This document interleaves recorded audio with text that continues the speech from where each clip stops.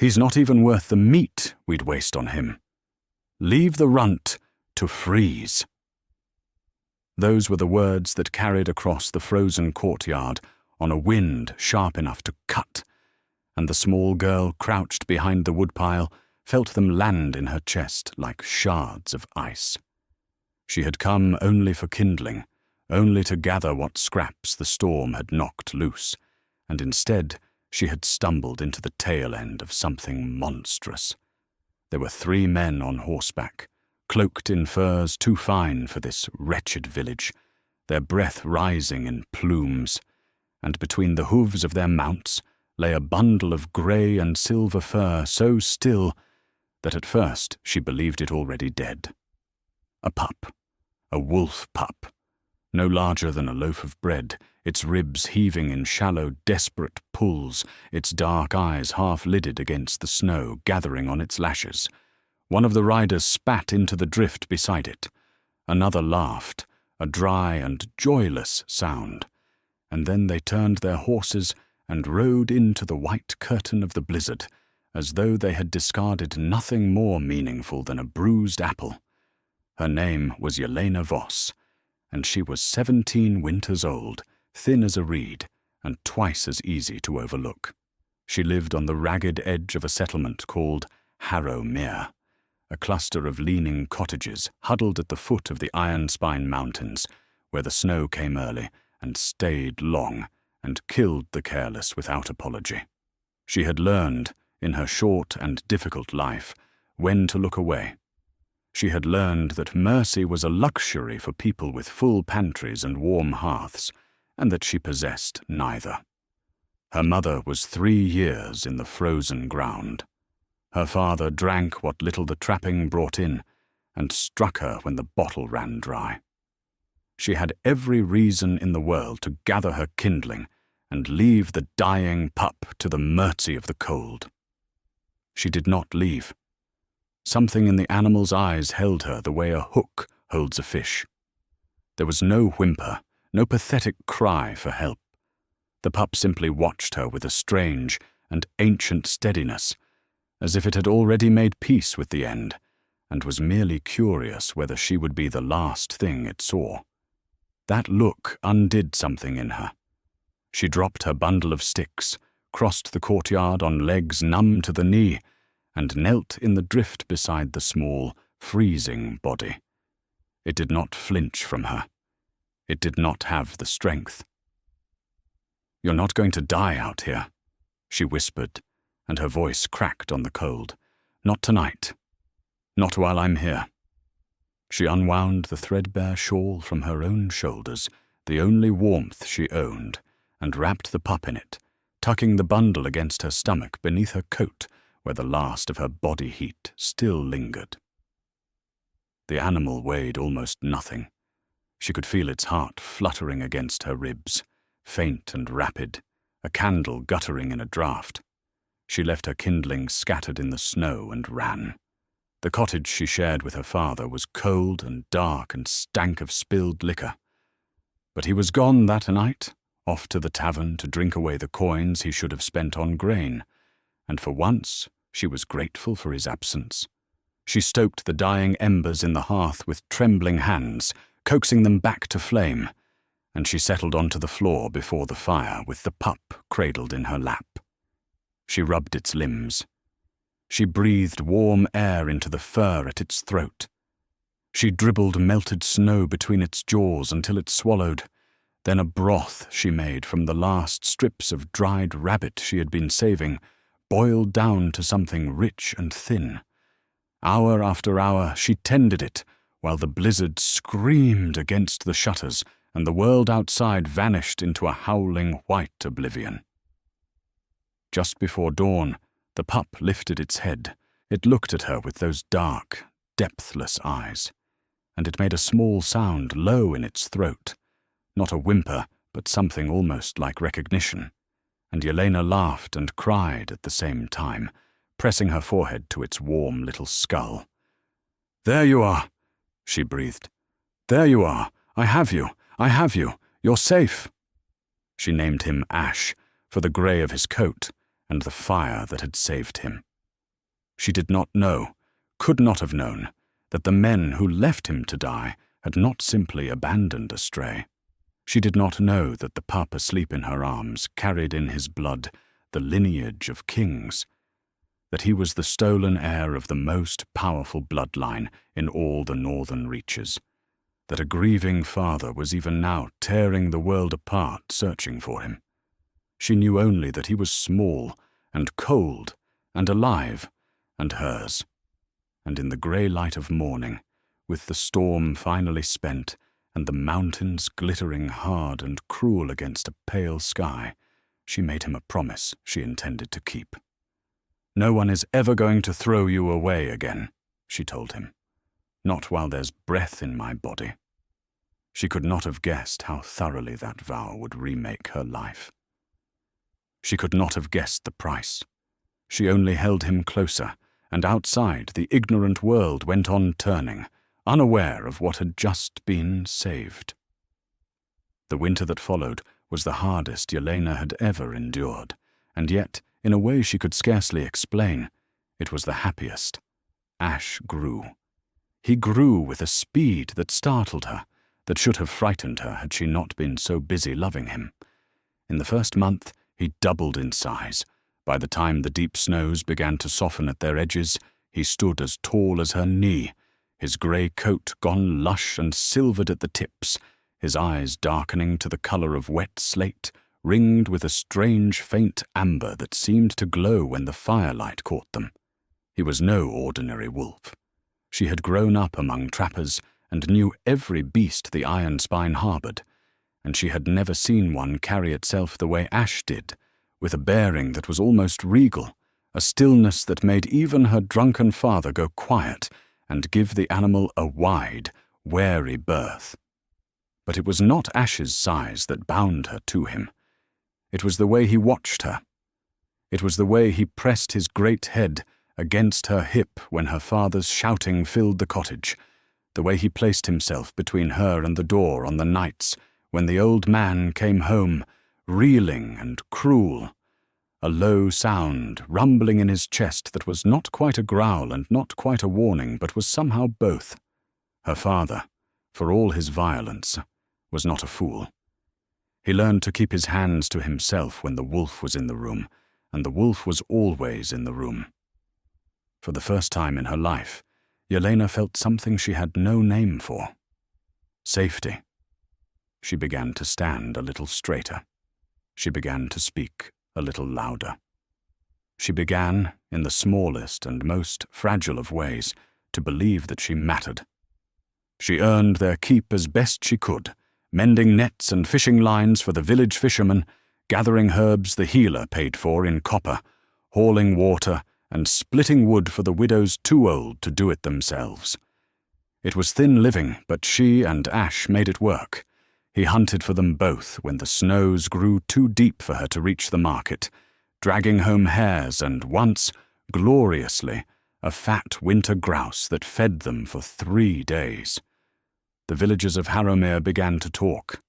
"That Voss girl," they murmured, "with her giant grey wolf that walks at her heel like a hound." Some called it witchcraft. Some crossed themselves when she passed. But an old woman named Marta Kell, who had midwifed half the village and buried the other half, only watched Yelena and the wolf with narrowed, knowing eyes. Marta was the closest thing Yelena had to a friend, an ancient, bent creature with hands like tree roots, and a memory that stretched back further than anyone else's in Harrowmere. It was Marta who first said the thing that would haunt Yelena for years to come. It happened on a grey afternoon in early spring, when the girl had brought a basket of mended nets to the old woman's door and lingered by the fire, while Ash sprawled across the threshold, filling the doorway with his silver bulk. Marta studied him for a long, silent while, her rheumy eyes moving over the shape of his skull, the set of his shoulders, the impossible size of him. "That is no wolf of the Iron Spine," she said at last. Yelena looked up from her tea. "He was when I found him. Just a pup, freezing in the snow. Some rich men left him to die." Rich men. Marta's voice was flat. How rich? Furs finer than the magistrates, 3 of them on horses worth more than this whole village. They rode north into the storm. The old woman was silent for a long moment. Then she leaned forward, and her voice dropped so low that Yelena had to strain to hear it over the crackle of the fire. There is a bloodline in the far north, she said, older than the kingdoms, older than the church. They call them the Night March line, and the beasts they keep are not beasts at all, or not only beasts. They say the great grey dire wolves of the Night March Hall are bound to the ruling family by blood and by oath, that a true heir of that line is born with such a wolf as his shadow, his sworn brother, his other half. And they say, she added, her ancient eyes fixed on the sleeping animal in the doorway, that not a year ago, the Alpha Lord of the Night March, a man they call Cael Draven, had his infant son stolen from the very cradle, the child and the wolf pup born the same hour, both taken in a single night. The Lord has burned half the north, searching. There is a bounty on the thieves that could buy a kingdom. Yelena's mouth had gone dry. She looked at Ash, at his silvered coat and his amber-ringed eyes, and a cold understanding began to creep up her spine. You think, I think, Marta said carefully, that you should tell no one what you have told me. I think that a girl who possesses something worth a kingdom is a girl in mortal danger. And I think that whatever that animal is, he chose you. And that means something. The Night March wolves do not bind themselves lightly. She reached out and gripped Yelena's wrist with surprising strength. Guard him, child. Guard him with your life. Because the day will come when men with cold eyes and fine furs return to this valley, and when they do, you must be ready. Yelena walked home in a daze that afternoon, Ash pacing at her side, and she looked at him differently than she ever had before. Not as a stray she had saved, as a secret, as a weight, as a promise that had grown far heavier than she had understood when she made it. She thought of the men who had left him to freeze, and a slow, cold anger kindled in her belly, the first true anger she had ever allowed herself to feel. They had not simply abandoned a pup. They had discarded an heir, thrown away something precious and irreplaceable as if it were nothing, as if it were less than nothing. And they had never imagined, in their arrogance, that the girl behind the woodpile would pick up what they cast away and make it hers. She did not yet know what she would do with that knowledge. But she knew, walking home through the melting snow with a king's stolen shadow at her heel, that her small life had just become part of something vast, and that there would be no walking away from it. She was right to be afraid, though it was not the men in fine furs who came for her first. It was her own father, and the manner of his coming taught Yelena a lesson she would carry the rest of her days, that the people who claim to love you can wound you deeper than any stranger, and that betrayal wears a familiar face. It began with the tavern, as most of her father's disasters did. Anselm Voss had never been a careful man, but he had grown reckless in his cups, and he had begun to boast. He boasted of many things when the drink was in him, most of them lies. But one autumn evening, some months after Marta's warning, he boasted of the wolf. He told the whole tavern that his daughter kept a beast worth a fortune, a monster the size of a pony that could kill a man with a single bite, and that he had half a mind to sell it to the highest bidder and be done with the both of them. The men laughed at him. But there was a stranger in the corner that night, a lean man with a scar bisecting one eyebrow and eyes the color of dirty ice, and the stranger didn't laugh. The stranger listened. And when Anselm staggered out into the cold, the stranger followed. Jelena would piece the story together only later, from Marta and from the fragments her father drunkenly confessed. The stranger's name was Corvin Thane, and he was a slave broker and a beast dealer, a procurer of rare and dangerous things for buyers who paid in gold and asked no questions. He had heard the whispers of the night march bounty. He had travelled the northern roads for a year, sifting rumour from rumour, and when he heard a drunken trapper in a nothing village boasting of a giant grey wolf with amber-ringed eyes, something in him went very still and very focused. He bought Anselm 3 more drinks. He put an arm around the old man's shoulders like a long-lost brother, and by the time the night was over, he had made Anselm Voss an offer that the weak and greedy man could not refuse, a purse of gold now, and a share of the great bounty later, in exchange for the wolf and the location of the girl who kept it. Anselm sold his daughter's heart for the price of a fine horse and a season's worth of liquor. He did not do it cleanly. That was not in his nature. He came home that night full of false warmth, calling Jelena his good girl, his clever girl, telling her that their fortunes were about to change. She should have known. Some part of her did know, some animal instinct that made the hair rise on her arms, and Ash knew it too, for the wolf would not settle, pacing the small cottage with his hackles half raised, a low, unbroken growl thrumming from him like distant thunder. But Jelena was 17, and starved for a kind word from the only parent she had left, and so she let herself hope, just a little, that her father had finally turned a corner. They came before dawn, 6 men, Corvin Thane at their head, moving through the melting snow with the quiet efficiency of hunters. They had a wagon with a barred iron cage in the bed of it, the kind of cage built to hold a bear. They had ropes and nets and long poles tipped with barbed hooks, and they had Anselm Voss standing among them in his ragged coat, refusing to meet his daughter's eyes as they kicked in the flimsy door and flooded into the cottage where she slept. What followed was chaos and blood, and a grief that would define the rest of Jelena's life. Ash fought like the storm he was named for. He was fully grown now, near 200 pounds of muscle and fury, and he tore into the men with a savagery that painted the walls red. He broke one man's arm in his jaws. He opened another's throat. For one wild, terrible moment, Jelena thought he might win, might drive them all back into the snow, and she screamed for him and threw herself toward him through the tangle of bodies. But there were too many of them, and they were prepared, and Corvin Thane was a professional. A net dropped over the wolf.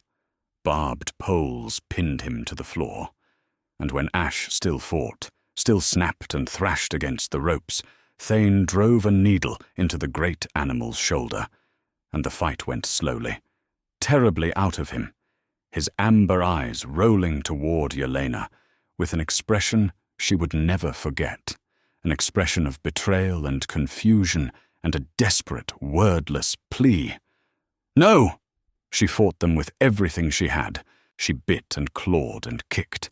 She screamed her father's name, screamed for him to help her, and Anselm Voss stood in the doorway and watched his daughter fight for her life, and did nothing. "You did this," she sobbed, when Horn seized her and pinned her arms.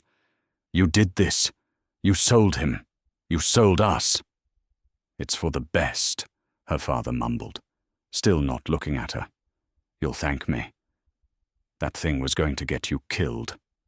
Corvin Thane straightened from the sedated wolf and regarded Jelena with cold, thoughtful interest. "Pretty," he said, and she raised the animal from a pup. "That's useful. The wolf will fret without her, and a fretting wolf is a dangerous one to transport." He nodded to his men. "Bring her too. The buyer will pay for both." That was the moment Anselm Voss finally understood what he had done. "No," he said, taking a step forward. "No, that wasn't the deal. The wolf, not the girl. You take the wolf, You leave my daughter." Thane looked at him, the way a man looks at something stuck to his boot. "The deal is whatever I say it is." He drew a knife and buried it in Anselm's chest before the old man could take another step, and Yelena watched her father crumple into the snow he had spilled her blood upon, watched the life go out of his eyes, and felt nothing at all. No grief, no triumph, just a vast and echoing emptiness. And beneath it, forming in the cold like ice on a still pond, a single hard and unbreakable resolve. They loaded her into the wagon beside the cage that held her sleeping wolf. They chained her wrists, and as the wagon lurched into motion, carrying her away from the only home she had ever known, Yelena Voss pressed her face against the cold iron bars, laid her hand against Ash's slow-breathing flank, and made him a new promise, whispered so low that only he could hear. "They think they've won," she breathed. "They think we're finished. But I found you in the snow, and I will find a way out of this. And when I do, every single one of them is going to wish they had left us alone." The wagon rolled north into the mountains, and the world outside remained ignorant of what it was carrying, ignorant of the fury being forged in that iron cage, ignorant that it had just made an enemy who would not rest until the debt was paid in full. The journey north lasted 11 days, and Yelena spent every one of them learning. She had always been observant, a survival trait honed in a household where reading her father's moods meant the difference between a quiet night and a beating. But now she turned that skill outward with a cold and merciless precision. She learned Corvin Thane's men. She learned which of them drank and which stayed sober, which were cruel and which were merely obedient, which watched her with hunger and which watched her with fear. She learned the routes they travelled, the way stations where they stopped, the names they let slip when they thought she was sleeping. She was a slave now, a prisoner, but she made herself into something more useful than a captive. She made herself into a student of her captors, and she filed away every scrap of knowledge against the day she would need it. Ash recovered slowly from the drug, and when he woke fully to find himself caged and Yelena chained beside him, he did not thrash or howl. He simply lay against the bars nearest her, pressed his warm flank to her cold hands, and watched Corvin Thane with an unblinking amber stare that made even that hardened man uneasy. There was intelligence in that stare, and there was patience, and there was a promise of violence deferred, but not forgotten. Thane took to keeping the wolf sedated for the worst stretches of the road, and Yelena hated him for it, hated the way Ash's proud head would droop, hated the confusion in his eyes when the drug pulled him under. But she said nothing. She had learned the value of silence. She had learned that a captor grows careless with a prisoner who seems broken, and so she let them believe she was broken, and she watched, and she waited. On the 11th day, the wagon crested a high pass, and Yelena saw the north for the first time. It stole the breath from her lungs.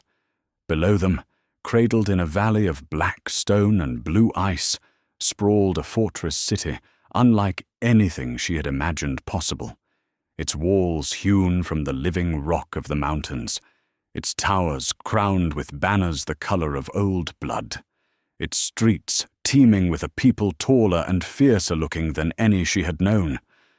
And at the heart of it all, rising like a fist against the pale sky, stood a great hall of dark timber and darker stone, and even from this distance Yelena could see the shapes moving in the courtyards around it, huge grey shapes, wolves the size of ponies pacing the battlements beside their human companions. The Night March Hall. She understood then, with a lurch of terrible clarity, exactly where Corvin Thane was taking her stolen wolf. Not to some private buyer. Home. to the very hall from which he had been stolen, to be sold back to the grieving lord who had lost him, for a bounty that could buy a kingdom. But Thane, it turned out, was not so honest as that. Yelena learned the truth on the final night, camped in the shadow of the city walls, when she feigned sleep and listened to Thane speak in low tones with a hooded figure who had come out from the city to meet him. The figure was a woman, her voice smooth and cultured and colder than the mountain wind, and she spoke of the Night March Lord as one speaks of an enemy. Kael Draven has torn the north apart, searching for this animal, the woman said.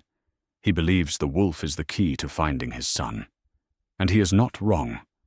The beast and the boy were bound at birth. Where one is, the other can be found. The wolf will lead him to the child. Then why not simply collect the bounty? Thane asked. The Lord will pay a fortune for the animal's safe return. Because a fortune is small, the woman said, and a throne is not. I do not want the wolf returned to Kael Draven. I want the wolf, and I want to control what it leads us to, and I want Draven kept blind and grieving until my own plans are ripe. You will not sell this animal back to its master. You will sell it to me, and you will forget you ever knew where it came from. A purse changed hands, heavier than any Thane had held before, and Yelena heard the man's greed win out over whatever caution he possessed. She lay in the dark with her heart pounding, and understood that she had stumbled into something far larger than a stolen pet. There was a war being waged in the shadows of the Night March Hall, a war for the throne itself, and the hooded woman was playing a game whose stakes Yelena could scarcely comprehend. And Ash, her Ash, the freezing pup she had cradled in her arms, was somehow the piece that could tip the whole board. She made her decision in that moment. She would not let the hooded woman have him. Whatever it cost her, whatever it took, she would get word to the grieving lord, to Kael Draven, that his stolen shadow lived, and that a traitor moved against him. It was madness. She was a chained slave in the heart of an enemy stronghold, with no allies and no resources, and no reason to believe anyone would listen to the ravings of a captive girl. But she had made Ash a promise, twice now, and Yelena Voss did not break her promises. Her chance came at the city gate the next morning, in the crush and chaos of the market crowd, and she took it with the desperate courage of someone who has nothing left to lose. As the wagon rolled through the gate, hemmed in by merchants and beasts and the press of bodies, Yelena screamed. She screamed the only words she thought might matter, screamed them at the top of her lungs into the startled crowd.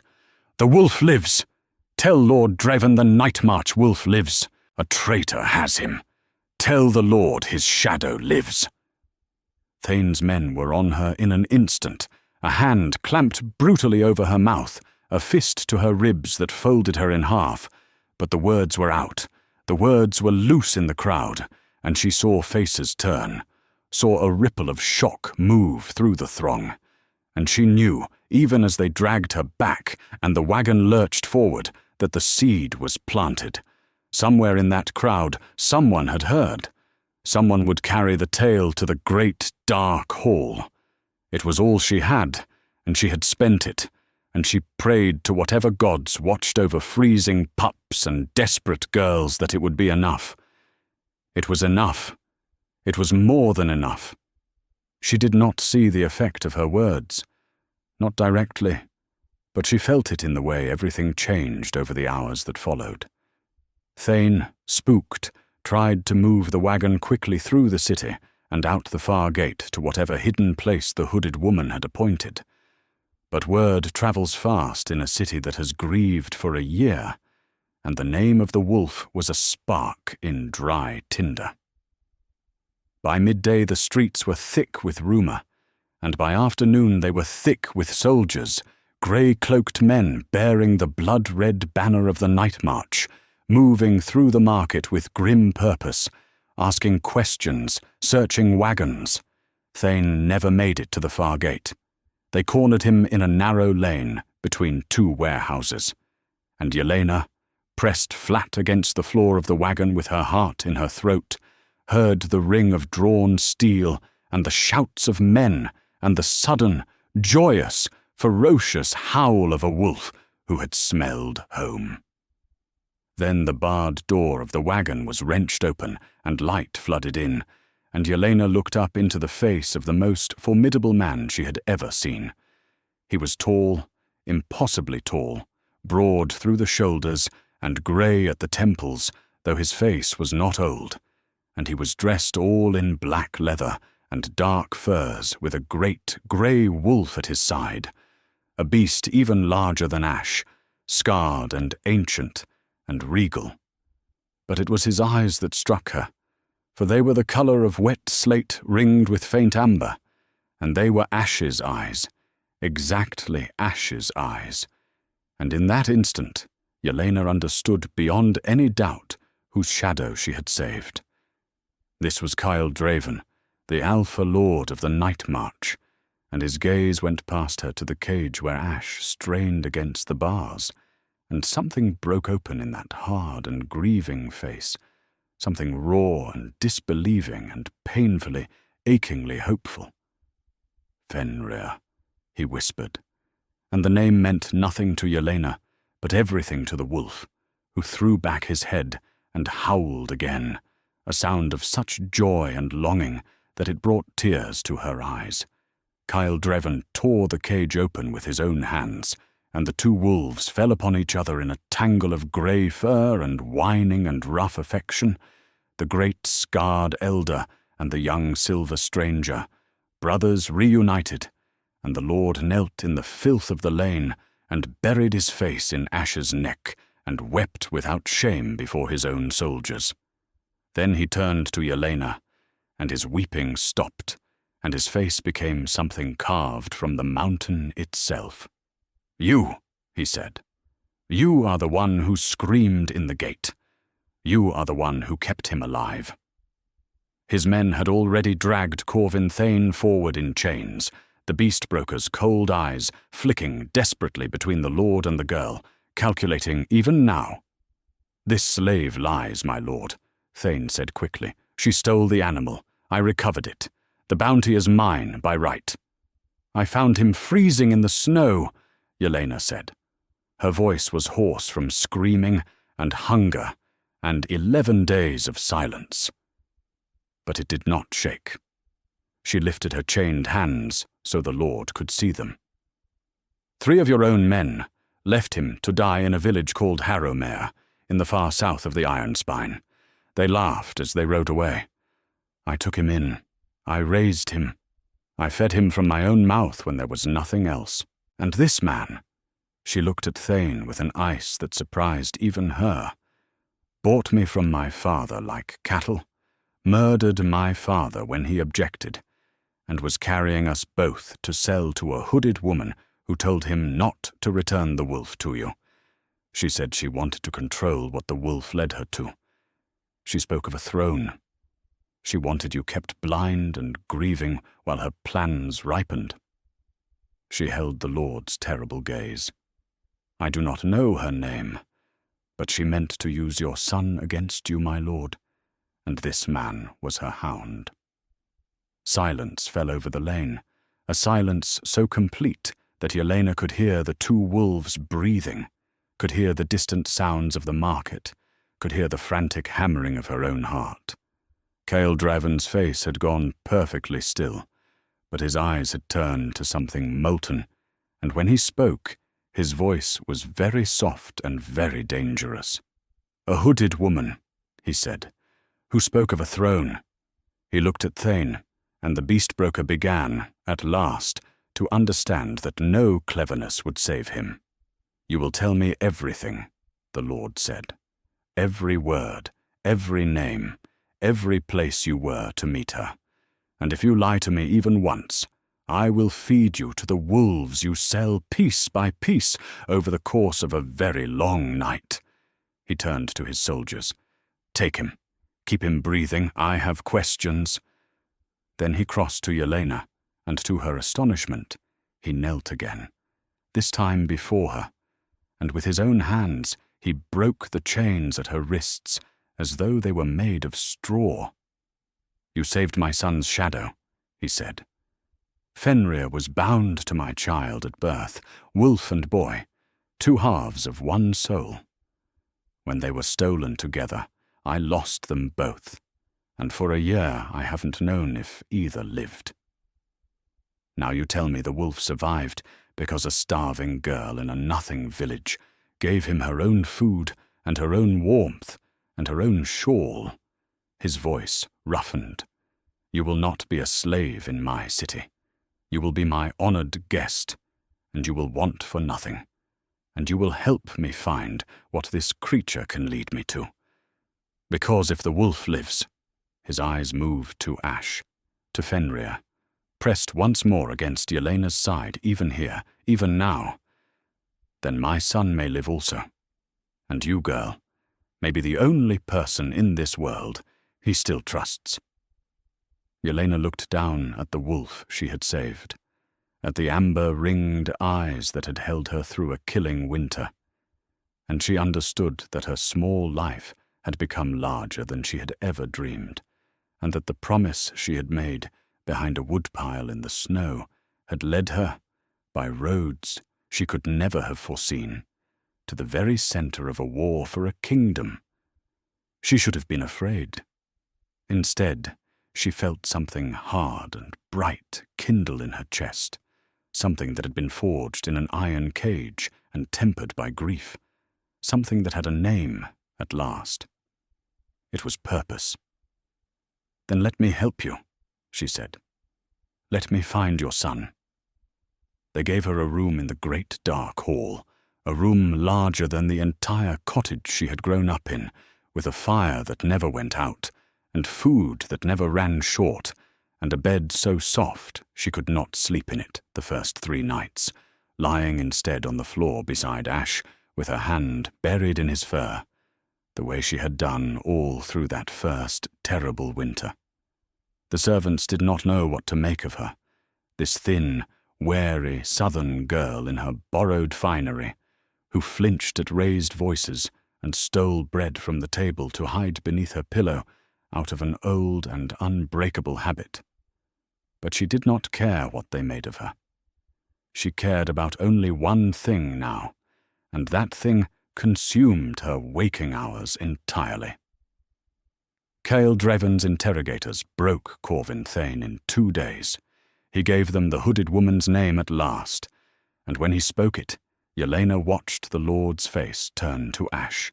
Her name was Sable Marrow, and she was no stranger to the Night March Hall. She was the Lord's own kinswoman, the widow of his dead brother, a woman who had smiled at his table and mourned at his side, and offered him comfort in his grief for a full year, while all the while she had orchestrated the theft of his son. Thane gave them the meeting place she had appointed, an abandoned watchtower in the high passes, and Cael Dreven's first instinct was to ride there at once with 100 men and burn it to the ground. It was Yelena who stopped him. "If you ride on her with an army, she will know she is discovered," Yelena said, in the war room where the Lord and his captains had gathered, and every hard northern face turned to stare at the southern girl who dared to speak. She did not let their stares stop her. She had learned in the wagon that the greatest weapon of the underestimated is that no one expects them to be dangerous. "She has your son hidden somewhere, my lord. If she knows her plot is uncovered before you find the child, she has no reason to keep him alive. Dead children tell no tales, and a dead heir cannot claim a throne she means to take. You cannot storm her. You must let her believe her plan proceeds. Let Thane deliver the wolf to her as arranged. You would give the wolf back to the woman who stole my son?" Cael Dreven's voice was thunder. "I would give her Fenrir," Yelena said steadily, because Fenrir is bound to your son, and where the wolf goes, the wolf will find the boy. Let her take him to wherever she keeps the child, and let me go with him." The room erupted. It was madness, they said, to send the girl into the enemy's hands, to risk both the wolf and the only witness they had. But Yelena raised her voice over them, and there was something in it now, something that had not been there when she screamed at the city gate, a hard-won authority that made even the grizzled captains fall silent. "He trusts me," she said. "He will not go quietly with anyone else. And I have spent 11 days learning how men like Thane think and move and lie. I can play the broken slave. I have been doing it my whole life. Send me in, and I will find your son, and I will send you word of where he is, and then you may bring your army and your fire and your justice all at once, and rescue the boy and take the traitor in the same stroke." She met the Lord's molten eyes without flinching. "You lost your son because you trusted the wrong person. Do not lose him again, because you would not trust the right one." The silence after those words stretched long and taut, and Kael Draven, Alpha Lord of the Night March, looked at the thin southern girl who had saved his son's shadow from the snow, and slowly, slowly, he nodded. The plan was set in motion with the precision of a blade sliding home. Corvin Thane, given the choice between cooperation and the long night he had been promised, played his part to perfection, for terror is a wondrous teacher.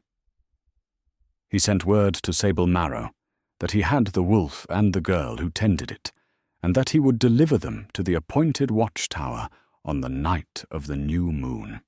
Yelena went back into her chains, real chains this time, for the deception had to be total, and she rode north again in the barred wagon with Ash beside her, the two of them playing at captivity, while 100 of the Lord's finest riders shadowed them through the high passes, always just out of sight, ready to fall like an avalanche the moment the word was given. The watchtower was a broken thing of black stone perched on a knife-edge ridge, and Sable Marrow was waiting for them there, hooded still, flanked by a dozen hard-eyed sellswords.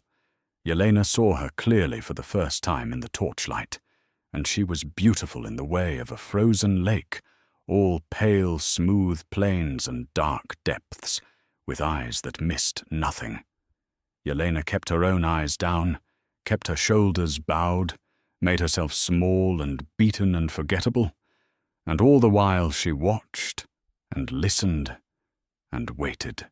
"The wolf is unharmed?" Sable asked, circling the cage where Ash lay in feigned, drugged stupor. "As ordered," Thane said. "The girl kept it calm. It frets without her."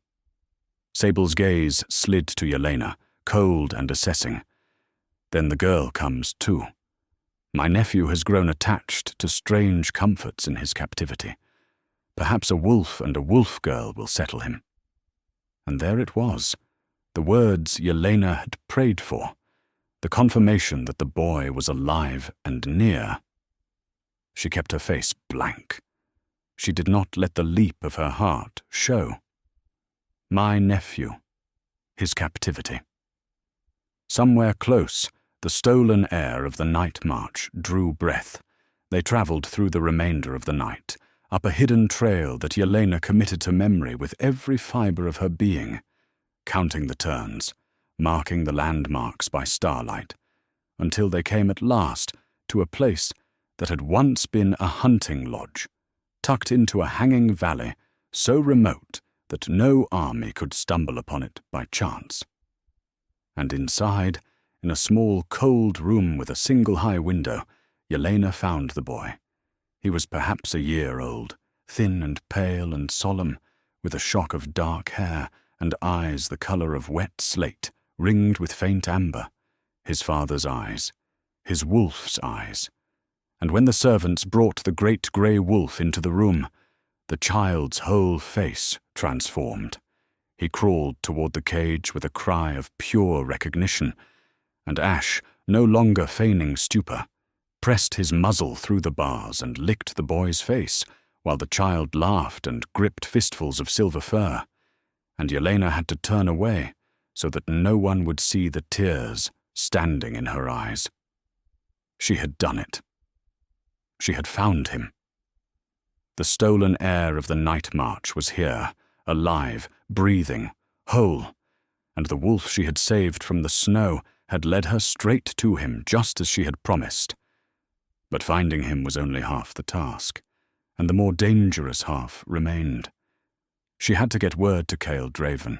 She had to describe the hidden trail, the hanging valley, the lodge and its defenders, and she had to do it without being caught in the heart of an enemy stronghold, surrounded by sellswords who would open her throat without a second thought if they suspected her for even a moment. So Yelena did what she had always done. She made herself small and useful and invisible. She became the wolf girl who tended the beast and soothed the child, who fetched water and swept floors and asked no questions, who lowered her eyes and bit her tongue and waited. The chance came on the third night. Sable Marrow, secure in her remote fortress, grew careless with talk, and Yelena, kneeling by the fire mending a torn saddle blanket, learned the final piece of the puzzle. The traitor spoke with her captain of sellswords, believing the girl beneath their notice, and she laid out the whole of her monstrous design. She meant to keep the boy alive, but hidden for 2 more years, until Cael Draven, mad with grief and heirless, could be persuaded to name an heir from among his kin. She, as his brother's widow and the mother of the Lord's only nephew, would put her own son forward. And then, when the succession was secured, the stolen heir would meet a quiet accident, and the last obstacle between Sable Marrow's bloodline and the throne of the Night March would simply vanish. She spoke of it the way a merchant speaks of inventory, and Yelena listened with a stillness that cost her everything. And when at last she rose to bank the fire, she carried the whole terrible truth locked behind her calm, forgettable face. That night, she wrote her message. She had no ink and no paper, but she had learned other ways. She took a scrap of the boy's swaddling, and, with a needle from her mending kit and blood from her own pricked finger, she stitched into the cloth a crude map of the hidden trail and the marks that would guide the Lord's riders to the hanging valley. Then she waited for the deepest part of the night, and she opened the barred cage that held Ash, and she knelt before the great silver wolf and pressed her forehead to his. "You have to go back to him," she whispered. "One last time. You know the way. You brought me here. Now bring him to me." She tied the bloodied cloth beneath his collar where it would not show. "Go to your brother. Go to your father. Bring them home." For a long moment, the wolf did not move, and his amber-ringed eyes searched hers with an intelligence that seemed to understand every word, and Yelena's heart broke a little, because she did not know if she would survive what came next, and she could not bear the thought of sending him away. But she had made him a promise, all those winters ago behind a woodpile in the snow, that no one would ever throw him away again, and she meant to keep it, even if keeping it meant she must throw herself into the fire to do it. "Go," she breathed. "I'll be here. I'll keep the boy safe until you come. Now go." Ash went. He melted into the darkness like smoke, a silver ghost slipping through the sleeping fortress, over the wall, down the hidden trail, into the black immensity of the mountain night, and Yelena closed the empty cage and returned to the cold little room where the stolen heir slept, and she gathered the small warm body against her chest the way she had once gathered a freezing pup, and she settled in to wait, and to guard, and to keep her word. They discovered the wolf was gone at dawn. The lodge erupted into chaos. Sable Marrow, her pale composure cracking at last, tore through the compound demanding answers, and her fury settled at once upon Yelena. For who else had access to the beast? Who else the animal trusted? Who else could have loosed it in the night? They dragged Yelena before the traitor in the great room of the lodge, threw her to her knees on the cold stone, and Sable Marrow looked down at her with eyes gone flat and murderous. "Where is the wolf?" she demanded. Yelena lifted her chin. She was done being small. She had sent the wolf home, and every hour that passed carried him closer to the Lord and the army that would come, and she needed only to buy time, to keep this woman's attention on herself and away from the boy. And she found, kneeling there in her chains, that she was not afraid. "Gone," she said. "Home, to his brother and his father, and to the truth of what you are." She smiled, and there was no warmth in it, only the cold satisfaction of a debt about to be paid. "You should have left him in the snow. That was your mistake, all of you. You threw away something you did not understand, and you never imagined the girl behind the woodpile would pick it up. Lord Draven is coming, Sable Marrow. He knows about the throne, he knows about the boy, and he knows about you." For a heartbeat, the traitor simply stared, and Yelena watched the truth land in her, watched the calculation give way to the first cold touch of fear. Then Sable Marrow's face twisted, and she seized a knife from her belt, and she crossed the room toward the door that led to the child's chamber. "Then I will leave him nothing to save," she hissed. Yelena moved before she had decided to move.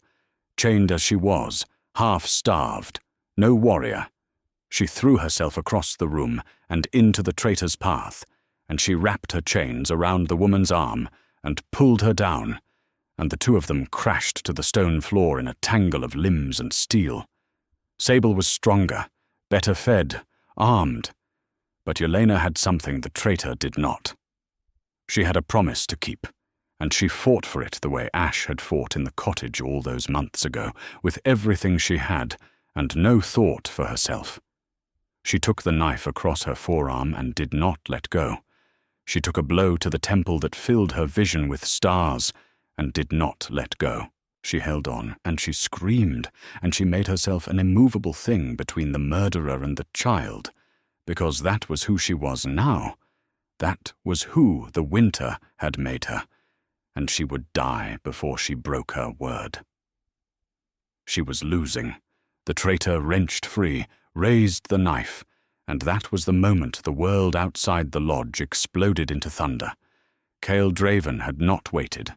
The wolf had reached him at the mouth of the pass, the bloodied cloth beneath his collar, and the Lord had read the crude stitched map by torchlight and thrown his whole force up the hidden trail through the last dark hours before dawn. And now the hanging valley shook with the sound of 100 riders, and the howling of a dozen war wolves, and the crash of the lodge gates coming down. The sellswords broke and died. Sable Marrow's mercenaries, unpaid loyalty being no loyalty at all, threw down their arms or fled into the mountains to be run down by the wolves. And into the great room of the lodge, over the bodies of the men who had guarded the traitor, came Heir Draven with his grey blade drawn, and his ancient wolf at his heel, and his stolen son's silver shadow beside him. And his molten eyes found the scene before him in an instant, the traitor with the knife, and the bleeding girl who would not move from the child's door. Sable Marrow froze. She looked at the Lord, and she looked at the army behind him, and she looked at the ruin of everything she had schemed for, and the cold, beautiful mask fell away entirely to reveal the small and frightened thing beneath. "Kyle," she began. "Kyle, I can explain." The girl laughed. "You held my son," Heir Draven said, and his voice was very quiet, quieter than the howling wolves, quieter than the dying, and somehow it filled the whole room. You sat at my table. You mourned with me. You watched me tear the North apart in grief, and you smiled. And all the while you had him. You would have let me name your child heir over the cooling body of my own. He did not raise his sword. He did not need to. He simply looked at her, and the full weight of his ruined grief and his terrible knowing settled over her like a mountain. "I will not kill you," he said. "Death is too clean and too quick, and you have not earned it. You wanted a throne. You will spend the rest of your life in the deepest cell of the Night March Hall, and you will know every single day that you had everything, and you threw it away for something you were never strong enough to hold." He nodded to his soldiers, and they took her, and Sable Marrow, widow and traitor, and murderer of a father in the snow, was dragged from the room screaming, and the sound of it faded down the mountain and was gone. Then the lodge was quiet, and Caeldraven crossed the room and knelt beside Yelena, where she sat bleeding against the child's door with the boy now gathered in her lap, safe, whole, reaching up to pat her wounded face with small, curious hands, while Ash pressed close against them both, and the Lord of the Night March looked at the thin southern girl who had saved his son twice over, and he could not find his voice at all. "I kept my word," Yelena said, and she was weeping now, all the fear and the fury and the long, cold months of it pouring out of her at once. "I told him no one would ever throw him away again, and no one will, not while there's breath in my body." Caeldraven wept too, then, this hard and terrible man, and he gathered his son and the wolf and the wounded girl all together in his great arms, as though he could not bear to be parted from any of them. And outside the sun rose over the black mountains and gilded the snow, and the world that had once been ignorant of what it had lost woke at last to what had been reclaimed. It would take a long time for the wounds to heal, the ones on Yelena's arm and the deeper ones beneath. But she was no longer a girl behind a woodpile, no longer a slave in an iron cage, no longer anyone the world could throw away. She was the one who had picked up what kings discarded and made it hers, and in doing so had found her own worth at last, not granted by any lord or bought by any gold, but proven in the snow and the blood and the keeping of a promise, entirely on her own. And if this story stirred something in you, if you felt the cold of that first winter and the fire of that final dawn, then take a moment now to like this video, so more people can find it. Share it with someone who needs to remember that their kindness is never wasted, that the smallest mercy can change the whole shape of a life. Subscribe and join our community of people who love stories, where the overlooked rise and the discarded reclaim their power. And tell me in the comments, would you have stopped for the freezing pup in the snow, knowing nothing of what he was? I think you already know the answer. I think that's exactly the kind of person you are. In the seasons that followed, Yelena did not slip quietly back into obscurity, though a smaller soul might have. She stayed. The Lord's Sun grew strong with her at his side, and Fenrir at his heel, and the great dark hall that had been a place of grief became, slowly, a place of laughter again. The servants who had not known what to make of the wary southern girl learned her name and spoke it with respect, then with affection, then with the particular fierce loyalty the North reserves for those who have proven themselves in blood. Caeldraven offered her titles, lands, gold enough to drown in. She refused most of it. She had never wanted what was granted. She wanted only what was true. But she accepted a place at his table, and in time a place beside him, for the Alpha Lord had learned the bitter cost of misjudging worth, and he did not intend to make that mistake twice. On winter nights, she would sometimes walk the battlements alone, the wind sharp against her face, and look south toward the iron spine, where a starving girl had once knelt in a killing storm. She thought of Marta Kell, and sent for her, and gave the old woman a warm hearth for her final years. She thought of the men who had ridden away laughing, and she thought of the promise she had kept. The world had thrown away a freezing pup and a nothing girl, and lived to learn what it had lost. She never let it forget.